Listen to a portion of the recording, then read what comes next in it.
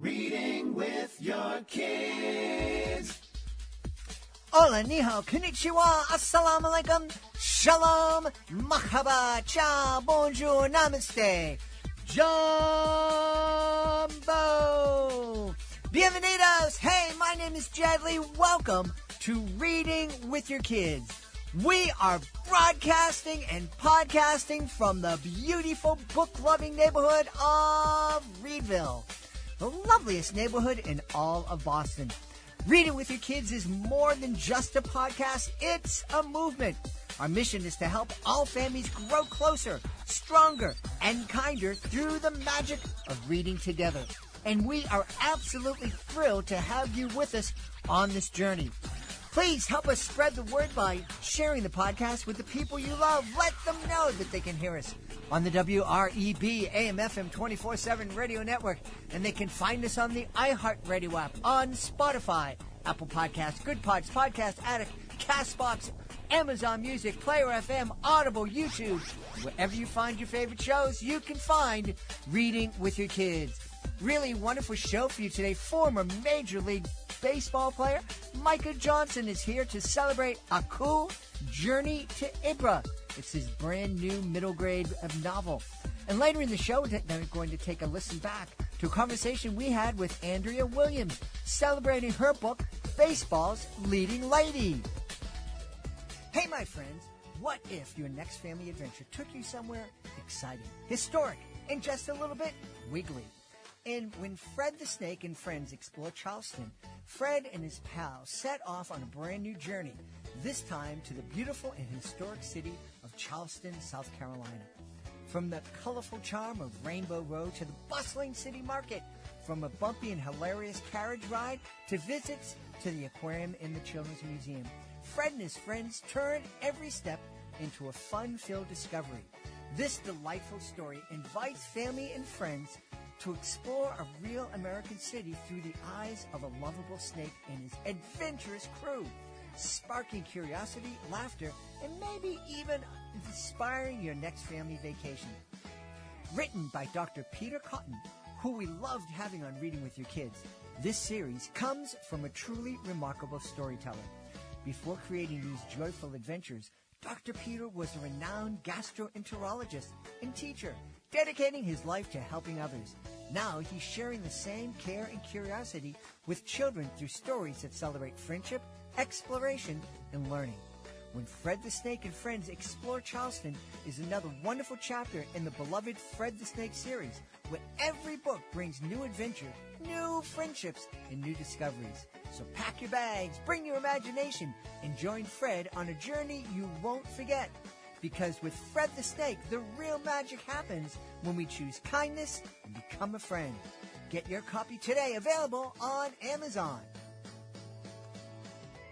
Join us right now from the beautiful city of York in Maine. Our guest is here today to celebrate his middle grade novel. It's called A Cool Journey to Ibra. Please welcome to the show, Micah Johnson. Micah, how are you? Thanks for having me, man. Oh, I'm great, man. It's good to be here. I'm really happy that you're here. You've had a really interesting life.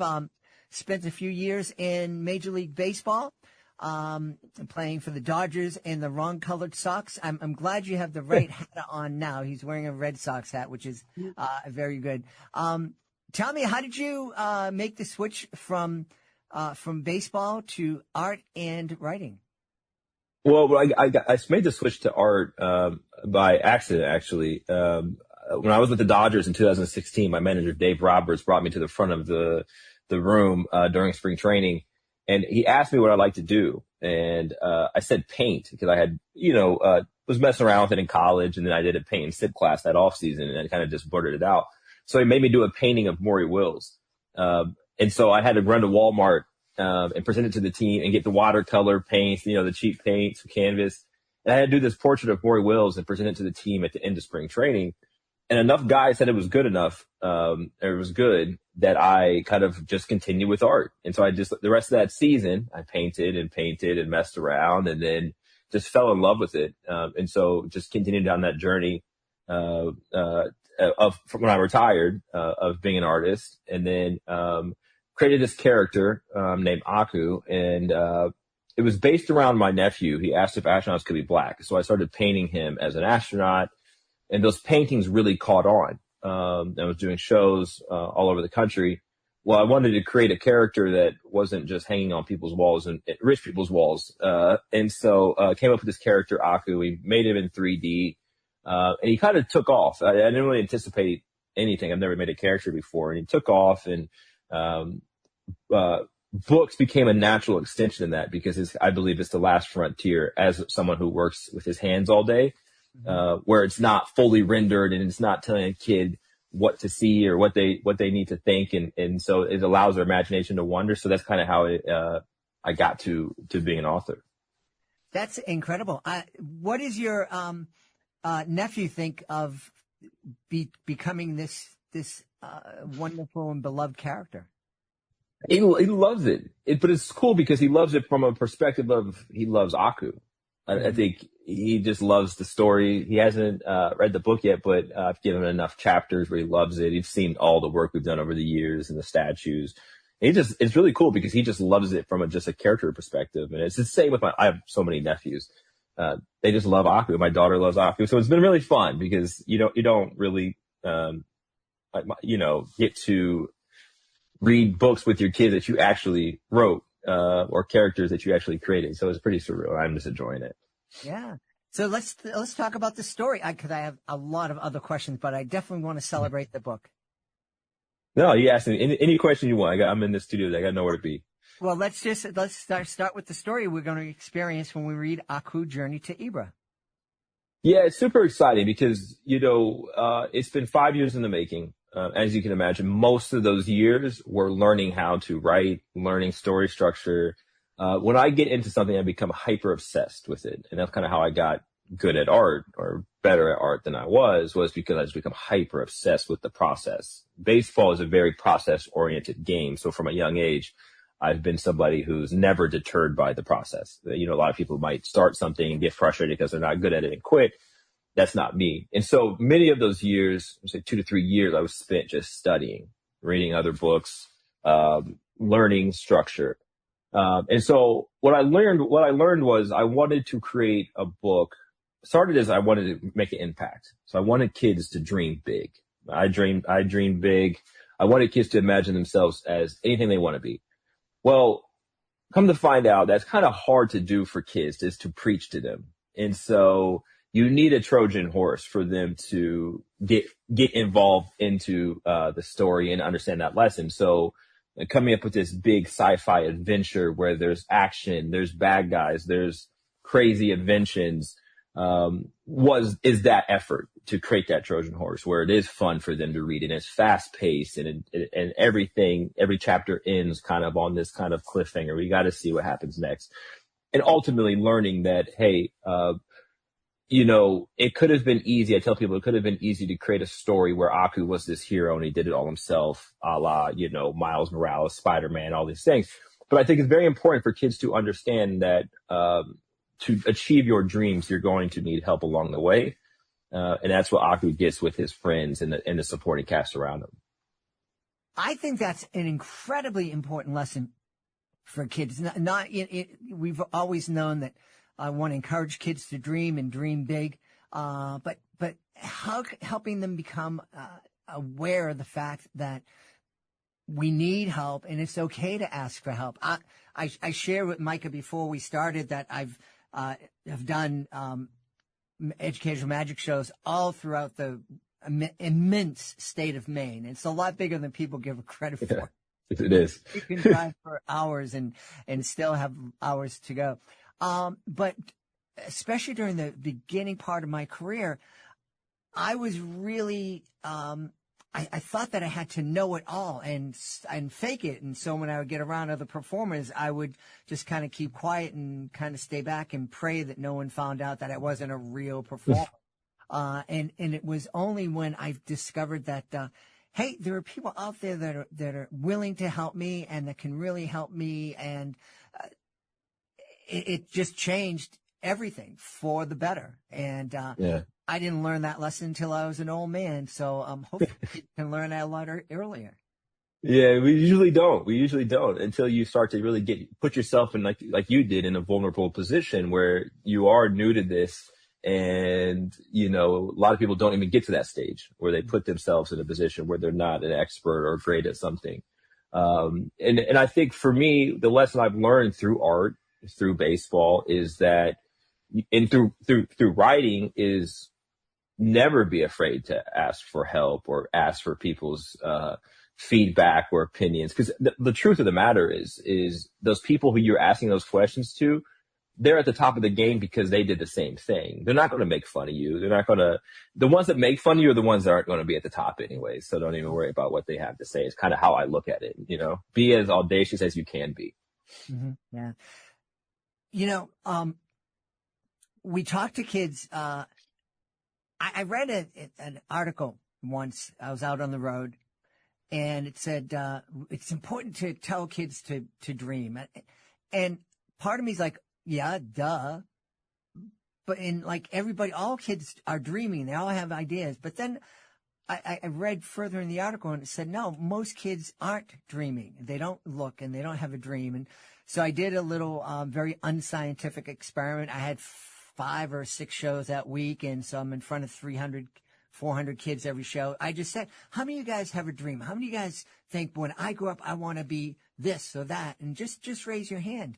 And I was shocked to see that at no school were there more than 40 or 50% of the kids who raised their hands. So I think that it really is important for us to take time to sit down and encourage our kids to dream big.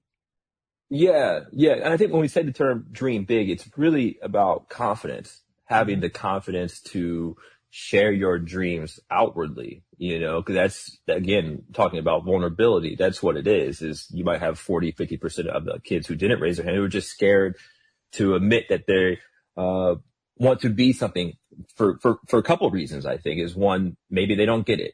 Maybe they don't achieve their dreams. And what are people going to say that they're a failure in X, Y, and Z, or maybe the dream's too big. And so someone's going to say, hey, maybe, I don't want to be boastful or whatever that may be, and I think that's an important lesson nowadays is confidence over anything, will get you very far in life. And I think that's what we're trying to, hone in on with this series is instilling confidence, but also showing the vulnerability of putting yourself out there and why that is a superpower.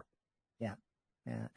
You mentioned that in creating Aku, you've done paintings that lots of rich people buy and put in their house, which is great.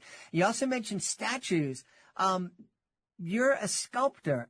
One of the I understand. I don't have any ability with in visual arts, but I appreciate it. And my beautiful wife loves watercolors, and so I see her paint and draw, and I kind of understand that. But I don't understand how you can take a piece of solid something, wood or stone, and then turn it into a statue. I've heard people say, well, I'm just releasing what's already inside the solid. Where do you come down on that? So I'm about to blow your mind because we do something very different. The entire book. So we do all the sculpting in 3D in VR. So we don't use the physical block. Like I'll show you an example. So here's a character, right? A statue, an 8-inch statue, a Dodgers Aku. We do everything in VR. So it's a very rudimentary software, but it's the same concept. So you have a block, you have the big goggles on, and in your hand, you're sculpting the block into what it is. Then that gives us the 3D file that we then go 3D print, and then we produce these figurines. So we have 8-inch ones. In a couple of weeks, I'm installing a 25-foot one, but it all starts from a digital block. So even the book, so the entire book, every illustration is done this same way. Starts from a block inside of VR. Then every kid has these Oculus headsets. Everybody has access to the software. And we take this block and we model and shape. That's how Aku was created. That's how every object that you see in the book is created, is through this digital sculpting. Now we can sculpt, physically too, but obviously what we're doing, we need it to be digital. Uh-huh. That's mind blown. Anybody can do it. You could do anybody. It's so fun because it's like talk about not having mistakes. You're in there, you're just messing around, you're building things. It's the most fun. It's a fun job. So I'm guessing in VR sculpting, if you chip the wrong piece, it's not like you That's sculpting right. a marble and you have to start over again. There is a Command Z where you just, undo it. That is the nice part about it. That's really incredible. Tell me,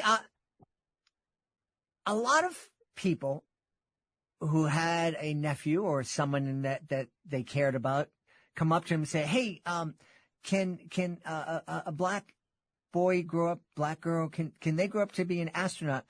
A lot of us would sit down and go, "Oh yeah, well there's so and so," and and go on Google and see. You took it way further than that. What was it that drove you to, do that for your nephew? Well, at the time, I had this belief that seeing your work or seeing yourself in a elevated position was an extremely powerful sight that could empower you for the rest of your life. So I'll take it for example. So when I did the painting of him as the astronaut, it was a 6-foot canvas that I had built in my garage on this very nice piece of wood, right? Whether the painting was that good or not, it was still himself as an astronaut at this massive scale, right? And for me, I just felt like it was, well, one, authentic to what I could show him, right? I could show him somebody, but that's still not him, right? And I know there's numerous black astronauts, and I've spoken with several of them. They're all amazing. But for me, creating that painting and seeing yourself as a painting, because you associate painting with fine art, expensive, all these things. So he saw himself as that. And I think that was very powerful. Taking it a step further, and it's why in my work I can continue to highlight kids in my work, is because it's somebody could walk by and see this big painting of a kid. It's like, man, that looks like so-and-so. That looks like me. And I'm here hanging up in this thing. And I think that's very important for kids to see themselves in that way. 'Cause I see it firsthand now with my daughter who's making art. Her confidence is through the roof. We might need to tone it down a bit, but she is overly confident. And it's because from a young age, she's been around my work and she's been to my shows and all these like really kind of, in her eyes, fancy places. And I put her work on display in these places too. And I frame it nice and I stretch it nice because I think that's very important for kids to see themselves, at the highest of levels. Yeah. I have one of those daughters, and she's amazing, and she's a very driven adult right now. So That's great. in for a fun and interesting journey. Yeah, I can't wait. I know it's a lot. I'm sure probably too. It was a lot growing up, but it's so much fun. One of the things that I want to just kind of stress, we talk about the importance of parents, but as adults who have lots of kids in our lives, we have the power to really make an impact. Like you made a real big impact on your nephew. I have a niece who came into my life when she was a tween. She would have been reading Aku at the time, and we took a walk with my dog. I think the second or third time I had met her, and I just said, "What do you want to be when you grow up?" And she said, "I want to be a doctor, an engineer, and a detective." And she is a semester or two away from graduating with a degree in biomedical engineering. And Wow. I know that day when I said to her, Wow. You can do it all. There's no problem. And how are we going to get Yeah. there? It was really inspired her. And I just want to encourage everybody out there. You don't need to have an official title to be able to help a kid. If you see a kid and you can offer a word of encouragement, man, go for it. It can make a huge difference. Huge difference. Change their whole life. Yeah. Change their whole life. And it's the most low effort thing you can do. It's not, you're not taking any time out of your day. You're not spending any money. Takes not that much to just really give confidence to a kid. Yeah. Like, I think it's very important. So one of the things we love to celebrate is reading together with your kids. And I'm guessing there may be some families that want to curl up on the couch and read Aku together, but I'm thinking it's a better chance that kids and parents might co-read this together and then come together at the dinner table or driving to school or soccer or ballet. What kind of conversations do you think that they can have as they're co-reading this book together? Well, that's a great question. One thing that is a central theme of the entire series is family. Aku's connection to his grandfather, Aku's connection to his father. They all play central roles throughout the series. And what we see is Aku's father distant at a point where he's not involved in Aku's life. And to a degree, he's still there, but he's not there present, if that makes sense. He's around, but he's not present. And I think that's an important conversation to have, I think, with parents, as they reflect on how they're showing up in their kids' lives, is how present are you? Just because you're part of a two-family household and you're sitting down at dinner and all these things, and you're providing, are you really present? Are you putting your phone down to understand what your kid likes, what they're, are you engaging on their level, with undivided attention? How often do you? And I think those are the kind of things I hope that when they come together and talk about it is the relationships they have, cause a kid is going to read Aku and pick up on, that pretty easily. And I think parents will also, use it to reflect. I know I certainly did, going back and rereading and reading it is like, oh yeah, because it's kind of based on my life. You know what I mean? It kind of is. That's how I think you're supposed to do it. And I think that's what kind of conversations you're going to have with when they come together and read is how are we showing up in each other's lives? I love that.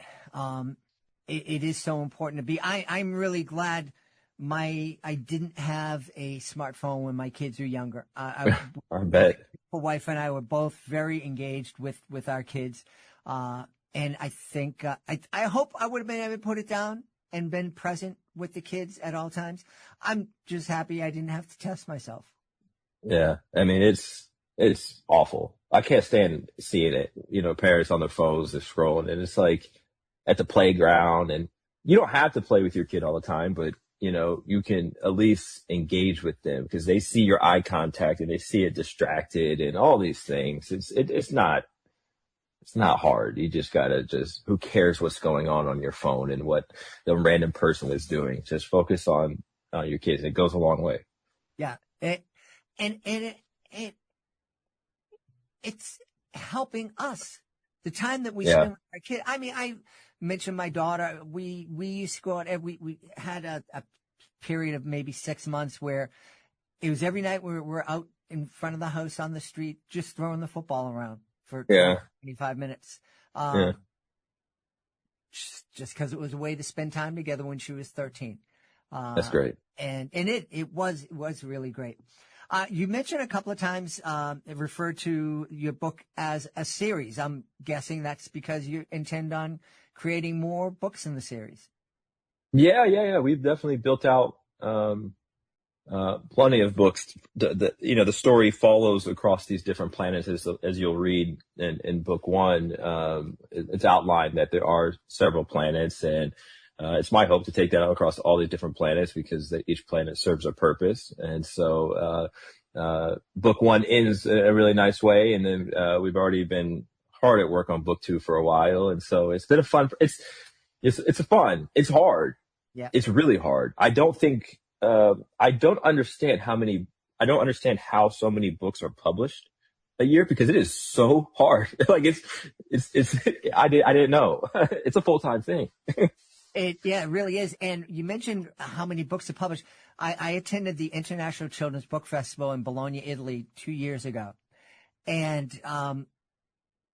it's huge. Yeah. I mean, this festival took up, and it wasn't for kids. Kids weren't allowed. It was for the business. And, it filled 5 convention halls. Wow. In Italy. And these weren't tiny little ones. They were big, full convention centers, and There were 5 of them, it's just incredible. There are literally thousands of books published every single month. It's impressive. It's impressive. It really is. And now you are amongst the ranks of children's authors. I'm very honored. It is a very cool experience. I will say, I know everybody sees the stats that kids don't read. And I remember when I was telling people I wanted to do a middle grade book. They're like, kind of a waste of your time because you guys do 3D. Might as well go make a YouTube series. You can do that very easily. And I was like, yeah, but I don't think that is where it's headed. I think as more and more parents understand the harm that screen time and the excess screen time and these platforms cause to kids, it's going to revert back to reading. Like there is no alternative. And stories has been something that's been a part of our civilization for thousands of years. So even though a lot of people said don't do it, I was like, no, this feels like the most fruitful thing I have done in a long time, was to be able to create a books that last. That's incredible. Hey, is there a place we can go to find out more about Aku Journey to Ibra and find out more about you? Yeah. Aku.world is my website, and then across social media, Micah Johnson. And the book's available now for pre-order, Barnes & Nobles, Target, Amazon, all those cool places. So, a lot of good information on there. Awesome. We've had a great time speaking to the author of Aku Journey to Ibra. It's a new middle grade novel from our guest, Micah Johnson. Hey, Micah, thanks so much for being on Reading with Your Kids. Thanks for having me. Hey, my friends, I have a super idea you are going to love. How about this weekend, turn your backyard cookout into a storybook celebration? Fire up the grill, crack open a few of your favorite picture books, and serve up Big Fork Brand's legendary bacon sausage. Made with nitrate-free bacon and premium pork, it's juicy, smoky, and unforgettable. Top it off with Big Fork's spicy Chicago fire sauce, and you've got a meal as bold as the characters in your favorite bedtime tale. Get 20% off your order using the promo code READ at bigforkbrands.com. That's bigforkbrands.com. Promo code READ to get 20% off, because nothing brings families together like great food, great books, and a whole lot of flavor. Big Fork Brands. Read, grill, repeat. Joining us right now from right outside of Nashville in the beautiful state of Tennessee. She is here to celebrate a wonderful book. I think it's a pretty important book, too. It's called Baseball's Leading Lady, Effa Manley and the Rise and Fall of the Negro Leagues. Please welcome to the show, Andrea Williams. Andrea, how are you? I'm great. How are you? I'm wonderful. I'm a little tired, to be honest with you. It snowed. Well, it actually slushed last night here in Boston. So I was out shoveling very heavy slush off my driveway this morning. And being almost 100, it takes a lot out of me. Oh, you're not almost 100. But I got to tell you, though, I am a little jealous. Like, I will take slush right now. I will take dirty, gray slush because we just don't get it in Nashville. I'm from Kansas City, so I grew up with the winters and the heavy snow that, like, starts in November. And, yeah, I miss it a lot. I've see everybody online talking about all the snow and bundling up and, hunkering down. We got none of that. So I would trade you in a heartbeat, even if it meant I had to shovel. Well, you know what? I may take you up on that because I'm at a point in my life where I visited too many beautiful Caribbean and Central American countries and really, really like that. I don't know if I could take it all year long. I have to admit, I don't know. But I'd be willing to sacrifice to find out if I could handle it. Yeah, I'm a lover of seasons. I don't want snow all year round, but I don't want heat all year round too. I think it all has its time and place. Well, speaking of seasons, one of the things I loved growing up here in Boston was spring, because spring meant that baseball season was right around the corner. And baseball has been such an important part of life here in the United States and in many other countries. Did you grow up with a love of baseball? I did. As a kid in the 90s, it was like all the things. I mean, I watched basketball too, of course, because Michael Jordan, how could you not? But yes, was definitely a huge baseball fan. Grew up in Kansas City, so the Royals were there, but my team was really the Mariners. I mean, it was the height of the Ken Griffey Jr. era. So yeah, absolutely loved it. Collected cards, like the whole nine.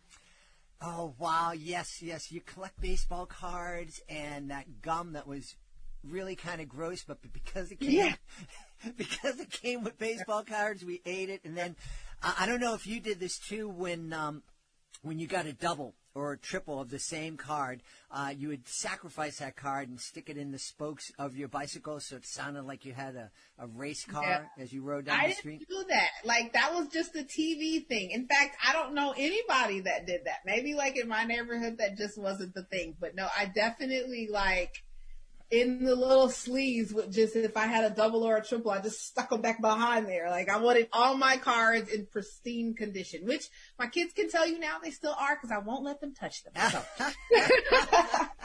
Well, if you were almost 100 like me, you might have done that. So I'm excited to hear and learn about Effa Manley. I'm embarrassed to say I haven't heard of this important figure in baseball before this. Yeah, I think that's the reality for most people, which is one of the reasons why I decided to take on this book. When I graduated from Georgia Southern with a degree in sport management and was en route to the front offices of a Major League Baseball team, or so I thought, but stopped off at the Negro Leagues Baseball Museum in Kansas City to work there. Ended up working there for about 2.5 years. And that was where I was introduced to Effa. So here I was, this baseball fan, like growing up, was all into all things baseball and, loved it so much that I wanted it to be my career, but I didn't really know, I didn't really understand how rich Negro Leagues history was, and certainly didn't know about Effa and her story and the amazing things that she did in the 30s and 40s. Well, why don't we begin by just talking about the fact, and I think a lot of people have a hard time wrapping their head around the fact that there was Negro Leagues, that at one time baseball was segregated, and like I said, I have a hard time wrapping my head around that reality. Yeah, it's one of those things that, like, just being in America, we understand that it happened and we accept that it happened. But when you sit and talk to someone about it, it's like, yeah, there's really no way to rationalize this or explain this because it never really made sense. But yeah, all of baseball, all of society rather was segregated like this. So it was only natural that baseball would be too. Baseball beginning, in the mid 1800s was this, this new sport that everybody loved and wanted to get into. And then we start to see the beginnings of it becoming, a profitable business venture. So we got people wanting to come in and own their own teams. And pretty quickly, by the 1880s, we see that, like, white people want to keep themselves separate from black people. That's when we have this gentleman's agreement that, they're not going to sign in this burgeoning professional, structure around baseball, that they wouldn't bring any more black players in. And, this is where all the history comes in. And, we're post Civil War, but still in that weird Reconstruction period. Like, how are we going to come together as a country after we literally were ripped apart? So all of these things come into play.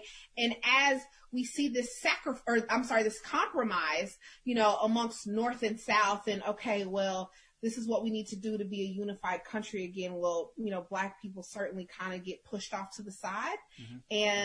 And, racism was everywhere. Jim Crow was everywhere. But, certainly black people had more opportunity in the North. But, even with baseball, which was certainly, thriving in the North more so than the South, that's kind of where it grew out of, that people, were like, all right, well, Black people had been playing here, but we can change that. We can go along with the rest of the society, and we can just move them out completely, and then whatever happens shall happen.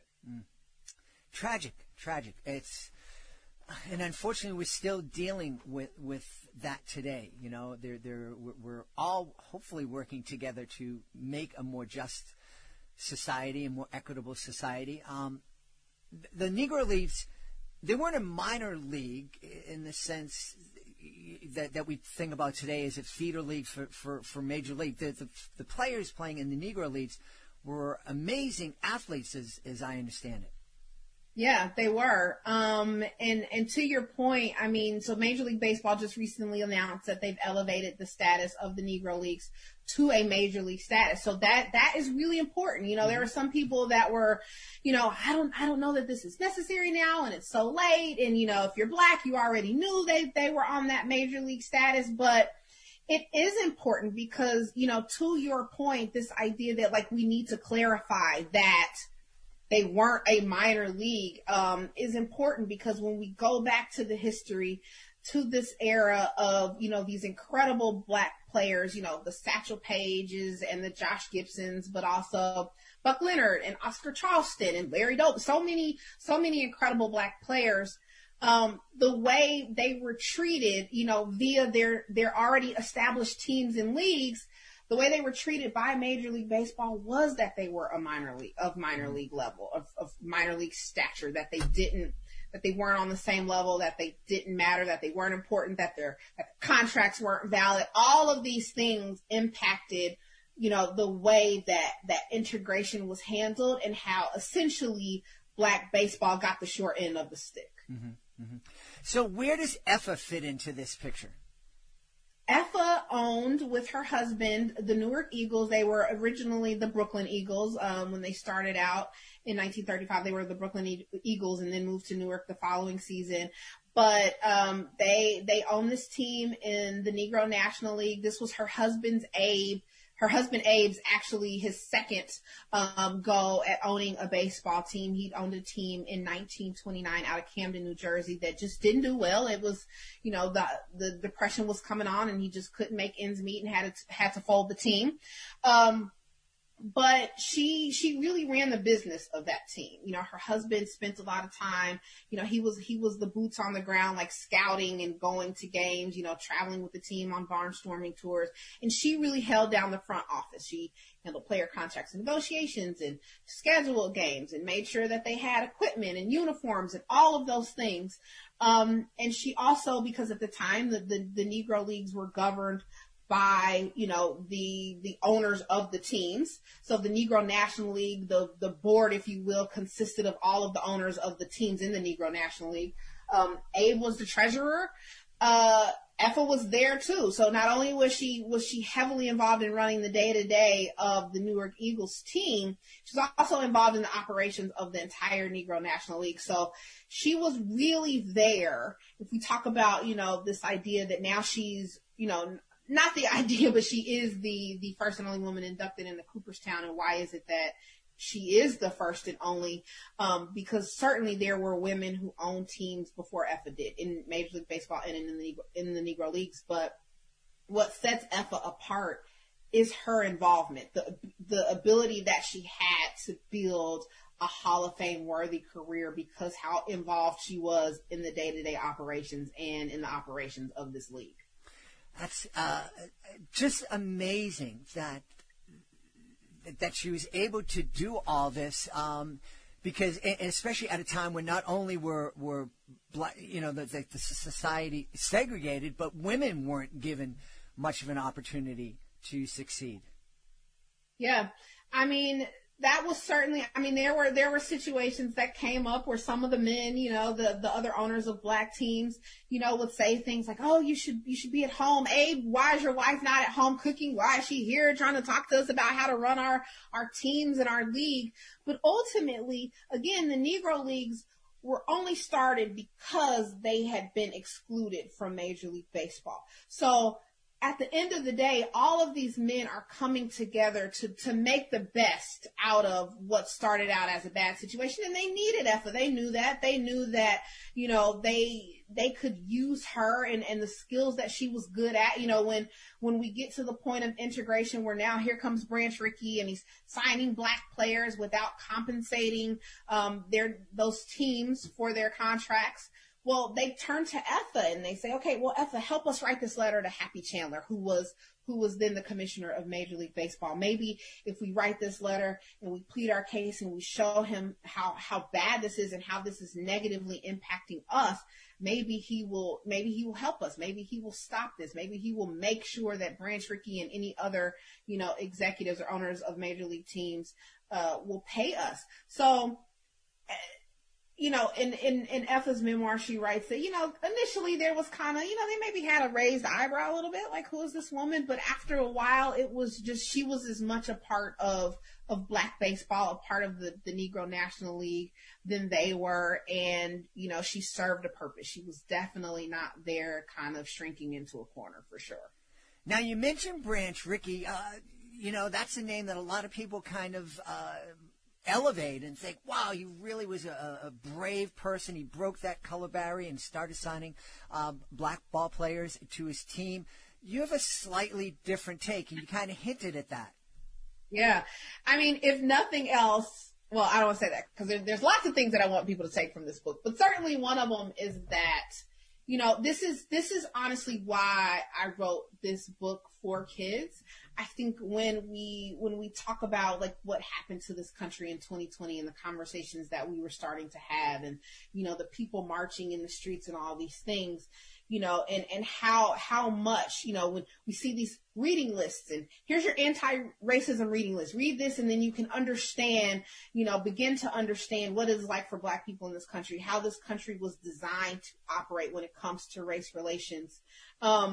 We're doing that with adults because a lot of times they didn't get this information when they were kids. They don't really understand how this country was designed, how deeply baked in white supremacy is in every facet of our society. So I wrote this book for kids so that we can understand that.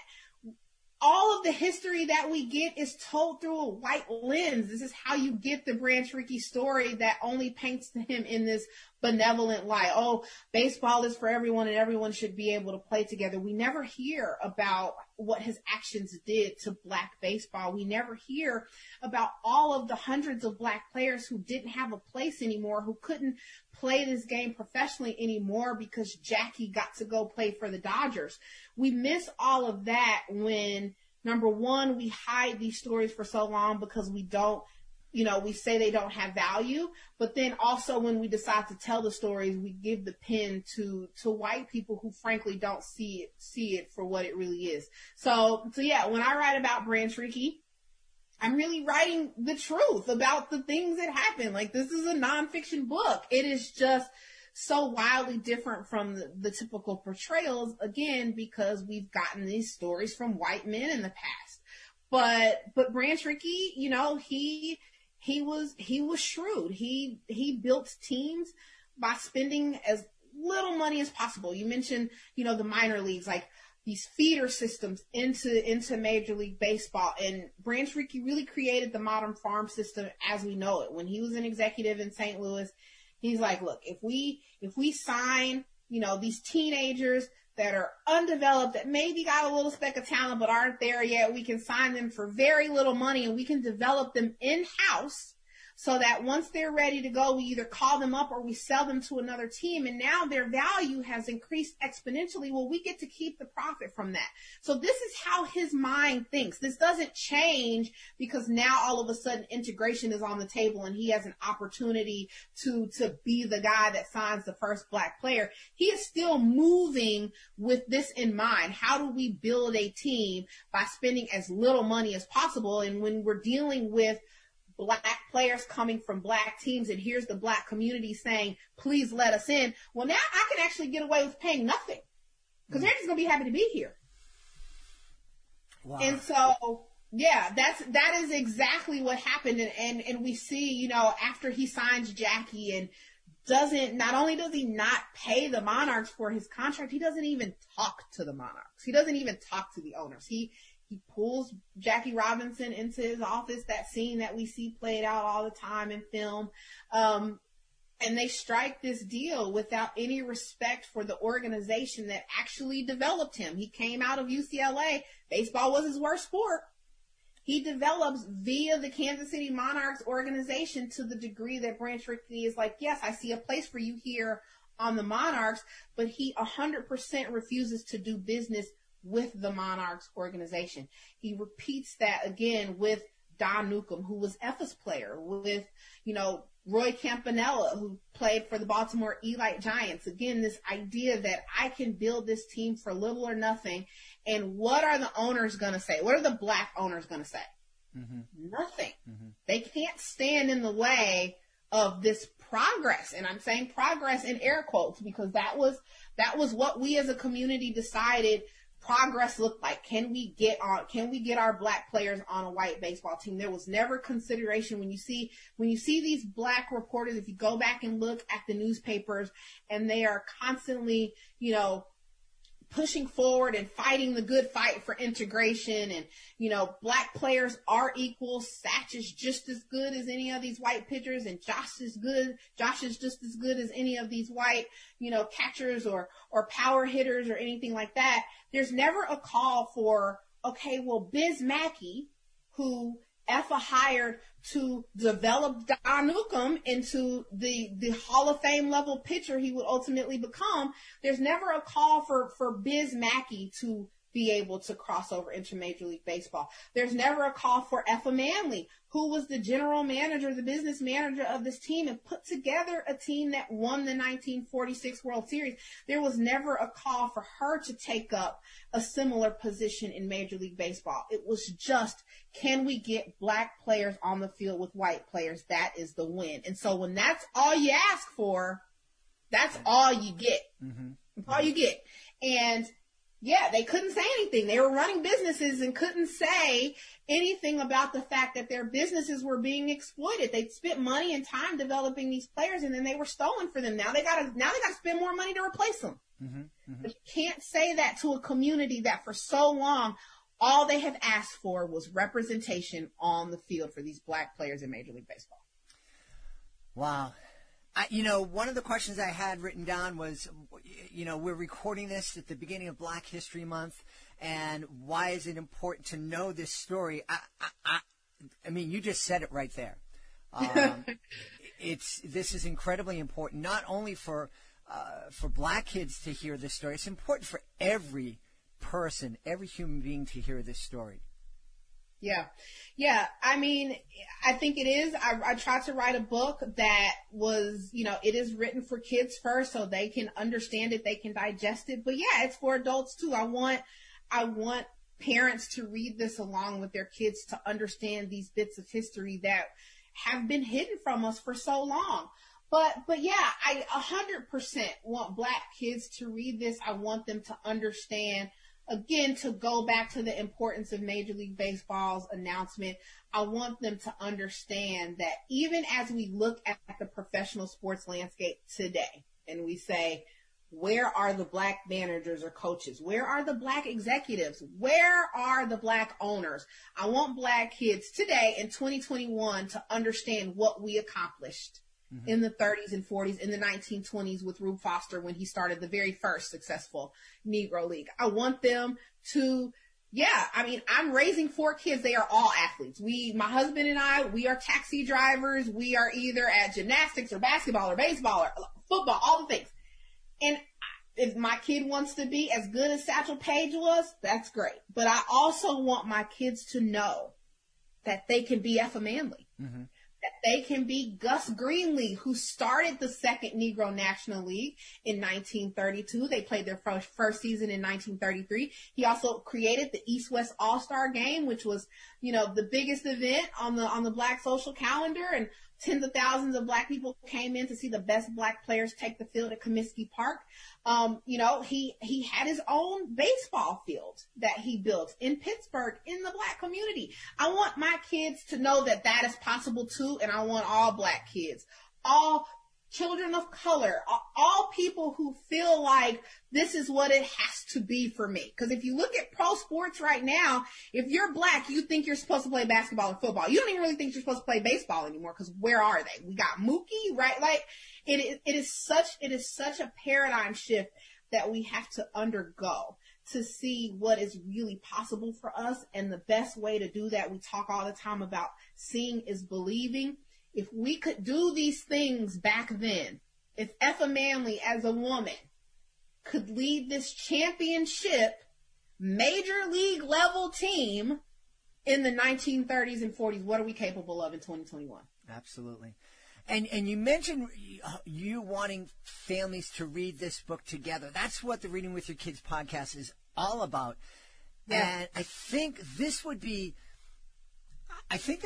a really eye-opening experience. It might be hard for some parents to read this book.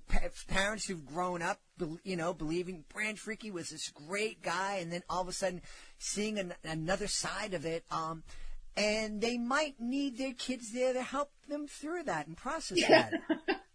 I love that. Right. Like, I mean, how often do we feel that as parents? Like, are we teaching our kids or are they teaching us? Like, in so many ways, I'm like, okay, wait a minute. Like, yes, I'm 38. I am set in my ways. I think I know all of the things because this is the way that I've had to adapt myself to this world. And they just got here. They don't know. They're like, well, why can't it be this? Right? So 100%, I love that idea that, yeah, I don't know any better. So why can't it be this? Why can't we take an honest look at our history instead of saying, God, I don't want to have to rethink all of the stuff that I've already internalized. I don't want to have to do that hard work. Absolutely, kids can help their parents with that. And I think that that's important. I think it would be a really great lesson, too, a really great way to model for our kids to kind of bite that bullet and to admit to yourself, wow, what I thought was true, what I thought was real, maybe wasn't 100% right, and maybe I have to take another look at this. And again, I think for our kids to be able to see us as grown-ups being able to rethink and reevaluate, I think that's really important because, we have access to so much information. One of the hardest things, I think, for kids as they're growing up is to be able to discern what information is reliable and what information should we discard. Yeah. It's important. And I think too, I'm excited about adults reading this with or without their kids, quite frankly, because, as we talk about, again, going back to last year and everything that happened in this country, I think it's hard a lot of times for white people because they don't see themselves as racist. They don't see themselves perpetuating, racist behavior on a day-to-day basis. Like, when I spell out what Branch Rickey is doing and how, like, yes, this is how he took advantage of the Negro Leagues. This is how black baseball and players, yes, but also executives like Effa Manley were really left out in the cold. They can see that, right? But then they can also place it in 1946 and leave it firmly there, right? Like, and it's like, well, this is 2020, this is 2021. I'm not like that.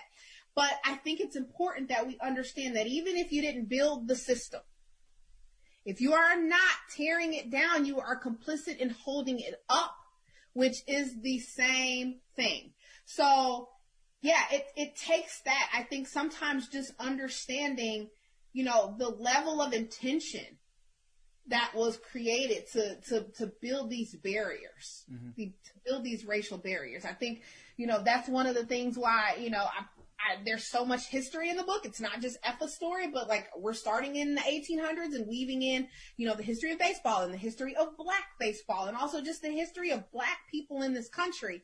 And at every turn, literally at every turn, during every era of black baseball, there is a new barrier erected to keep black people out. This is intentional. This is intentional. I think that should also hearten people who look around and say, this is a disaster, and now I feel so overwhelmed because I want to fix it overnight and I can't. Well, you shouldn't be expected to, because trust me, the people who came before you didn't build this overnight. They took a lot of time and intention, again, barrier after barrier after barrier to create this. So I think it reveals the level of intention that we're going to need to fix it, to tear these walls down. And I think, again, it should also make people feel like, to understand that, like, yeah, you didn't have to build it. It was really built before you, and they did such a great job that all you have to do is exist, and you're helping to uphold it. But guess what? You can also help to tear it down. Absolutely, and I think that that's something we should all work to do, to tear down barriers that are keeping everybody, lots of people are denied opportunities because of the color of their skin, their ethnicity, the language they speak. And there's so many, the world would just be a better place if those barriers were torn down and we're able to just celebrate and love each other and work together with each other. And that's what I'm hoping. I'm hoping I live, make it over 100 and see that progress really happening. Yeah, same. Tell me, Andrea, where can folks go to learn more about baseball's leading lady and more about you and what projects you're up to? The book is everywhere books are sold. It's the cliche thing to say right now, but it's true. The book is everywhere. And I am online I'm on Twitter quite frequently, probably more than I should be, at Andrea Willwright. And my website will be going live shortly. It is AndreaWillwright.com. And I am writing. I work as a journalist, so writing articles about baseball and why we need to pay attention to history. We're talking about these barriers, and also being here in Nashville, in the heart of country music, and the same barriers that are here with the same historical past and the historical intention to create them. How do we now in the present tear them down? All that stuff I'm constantly doing, writing, working on more books. I'm just doing all the things. Yeah. And, Andrea was saying that the book is available everywhere. Of course, it's at that big, giant company named after that big, giant, beautiful rainforest in South America. But you can support your local bookstore, your local black-owned bookstore, by picking up the phone, giving them a call, say, hey, do you have baseball's leading lady? You don't? Can you order it? Can you get it into your store for me? I want to pick it up. They'll get it for you, and you're going to put Andrea's name on their radar, and hopefully they'll stock the book for everybody else. That's right. Yeah. That's right. We've had a great time a great time and also a challenging time, really thought-provoking time, speaking to the author of Baseball's Leading Lady, Effa Manley, and the Rise and Fall of the Negro Leagues. Our guest has been Andrea Williams. Andrea, thank you so much for being with us. Thank you so much for having me. Hey, we hope you've enjoyed this episode of Reading with Your Kids, and will join us for the next exciting episode of the show. If this episode made you smile or gave you something to think about, please consider sharing a link to the show with someone you love.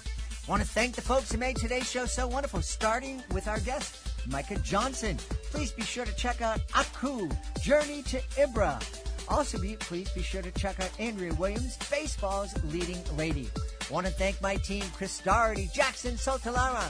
I want to thank my beautiful wife for all the support she gives me. Most of all, we all want to thank you. Thank you so much for taking the time to join us today. And as always, thank you so very much for taking the time to make the world a better, more caring, more empathetic place.